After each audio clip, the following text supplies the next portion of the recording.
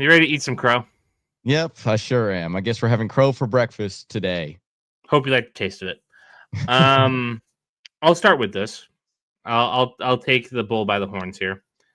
We obviously were not very high on JJ McCarthy coming into this game. We both picked the Bears to win. And as I'm watching that game, that first half was not good. It wasn't good at all. I don't know if I've ever seen a quarterback look, and I was at work last night with full-fledged. I only watched the extended highlights that the NFL puts out. It's like a 20-minute, 40-minute video. So I didn't catch all of it, but I don't know if I've seen a quarterback more overwhelmed than that in his first start. JJ McCarthy. And that second half, I mean, he was everything that the JJ McCarthy cult has told us he would be. Money in crunch time, making all the throws he needs to, plays with a lot of emotion. It reminded me a lot of Cleveland Browns Baker Mayfield. Plays with a lot of emotion, slow starts, but once he was on and he was playing with emotion, playing with confidence, it was two totally different quarterbacks. And I think you saw that with JJ McCarthy. You saw the money on third down, the money on when he has to throw. He didn't throw a lot, 20 attempts, but he made, I think it was, what's his final stat line? 14 of them. 13 for 20, 2 touchdowns, 143 yards. It was about as impressive of a less than 150-yard passing game as I thought. And he also had the rushing touchdown to boot. So I thought KOC really was protective of him in that first half, not moving on from the game plan that wasn't working. The ground game wasn't working. The offensive line didn't quite have their footing. And once he kind of let go of the leash a little bit, McCarthy was at his best. So I think you're going to see more of that going forward than that first half of JJ McCarthy. You got the first half, welcome to the NFL moment, out of the way. And now he's going to play Atlanta at home, prime time. I admit I was skeptical, and I shouldn't have been, because he was about as everything as they all said he would be. Right. I think the big thing was the offensive line improvement that's still a little bit suspect. Same with the run game. Throughout that game, the Bears defense is a legitimate defense. If their offense was any better for the Bears, I would say that they would probably be top 10, top 5 defensively. They also lost Jalen Johnson. Jalen Johnson didn't play this game as well, too, for the Bears. But JJ, the biggest criticism that we had with him is because we didn't see any sample size of this in his rookie season, is the fact that he was a reason why the team won. It was a big thing. The big concern I have with him through the draft process is a big concern that I had through his high school recruitment. I never saw any of this until now. I think it was very smart of KOC to move on from that game plan early on. I think you absolutely hit the nail on the head. The fact that they played way too conservative for JJ and should have just utilize the talents that you've seen for over a year. And especially that offense is very, very good, especially when Addison comes back as well, too, just to let it rip and just showcase his talents. If they kept being conservative and they kept babying him, I would be highly concerned for the Vikings fans. But he did everything that we were very critical of him of.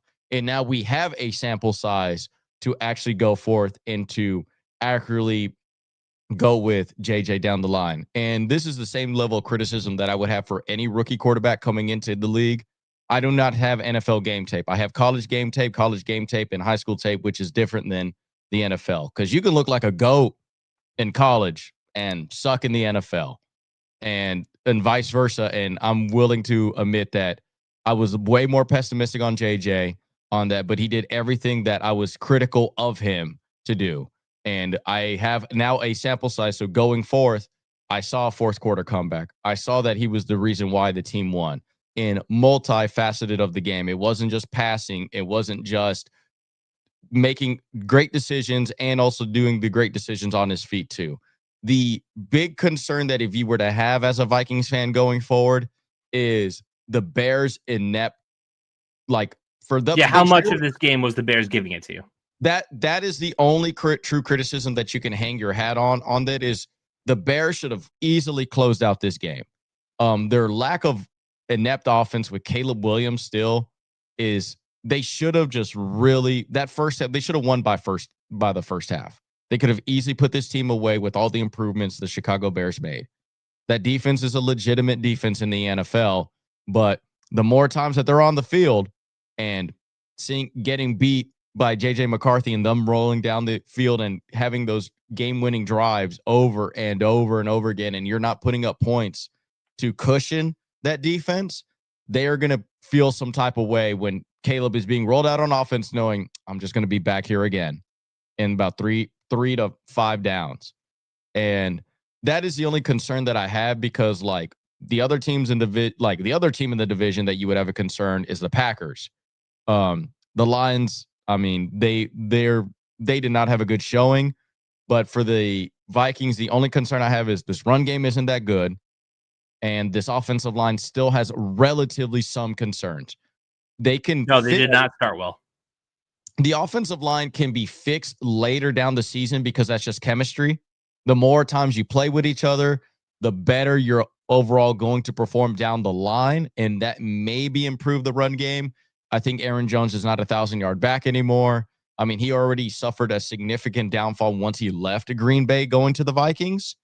So that would be the only concern that you would have. And the other thing is when you're playing with emotion, and this is something with Baker Mayfield too. Baker Mayfield is a little bit more on the positive end of using a chip on your shoulder.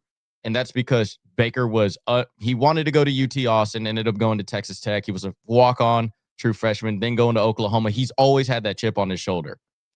And then him going to the NFL, him going to the Browns, how the Browns treated him, Panthers when he was lining up at DN, and then he went to the Rams, and his whole story is amazing of how he's able to bounce back. And the thing is, JJ was a 5-star quarterback even before he transferred to IMG Academy, was a 5-star dude. He was the prince that was promised at Michigan, wins the national championship in Michigan, and then he's a top 10 overall pick with the Vikings. So how do you manufacture that chip on your shoulder as a top? Yes, when you're kind of always anointed as the guy. But when I say about emotions, that means you get really high highs. So you get that fourth quarter out of JJ. You get that second half out of JJ.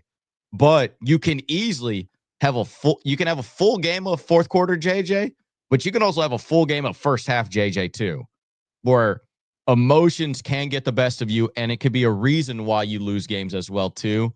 I think for his welcome to the NFL moment to only be 1 to 2 quarters, I'm really commending KOC on handling that.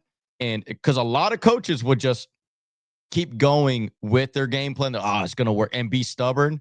For KOC to adapt and trust a guy that this is his first NFL start, to be like, all right, I'm going to let the dude fly and see what he got. If we lose this game because I went out and let him showcase his abilities, I'm okay with taking that on the shoulder, because he at least did everything that I asked him of.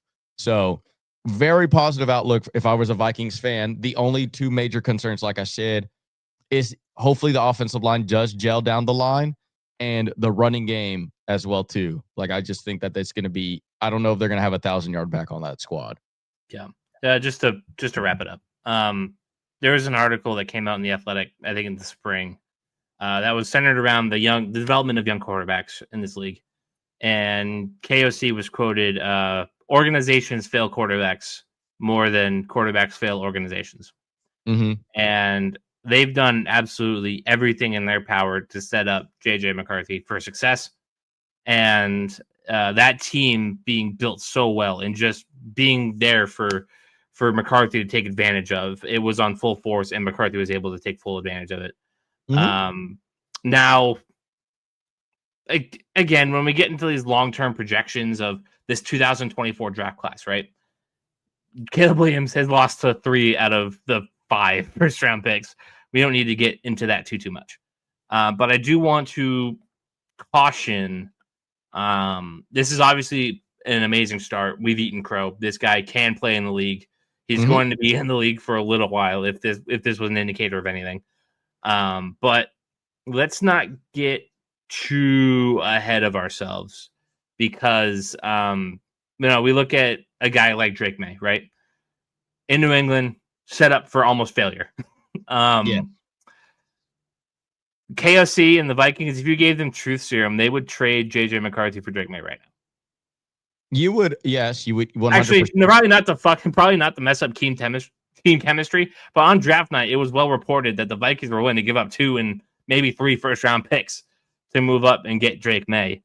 So let's not get twisted about JJ should have been the first, second, third quarterback taken last year in the draft. I don't think that's an argument that you can make.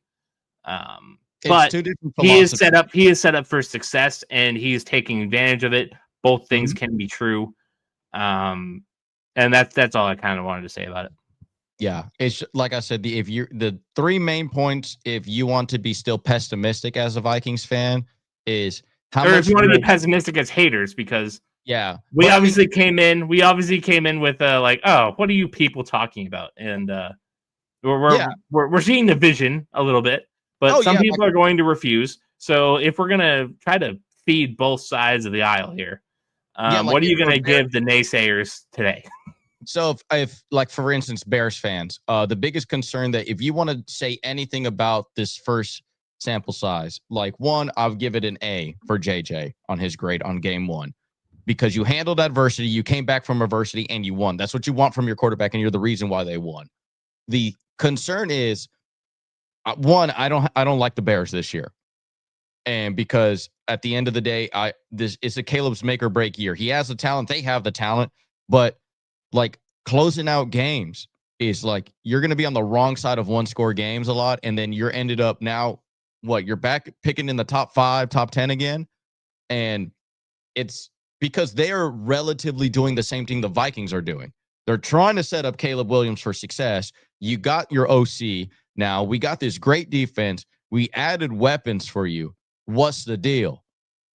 And that is kind of the big concern, is how much was it a Bears loss and a Vikings win? And offensive line for the Vikings that showed a little bit of promise in the fourth quarter. They played well when it mattered most. And the bigger concern on the Viking side of things would be how many teams outside of the run game, how many teams would take advantage of that first half compared to the Bears? Because a team like the Packers in your division, if you're playing like that offensively, like you cannot spot that team at 17-6 lead. No, because they're going to do more than 17. They'll probably put up 25, or within at least 4 scores or 3.5 scores. Teams like you could legitimate teams like the Eagles, because now that you're in playoff territory, those are the teams that are not going to be able to.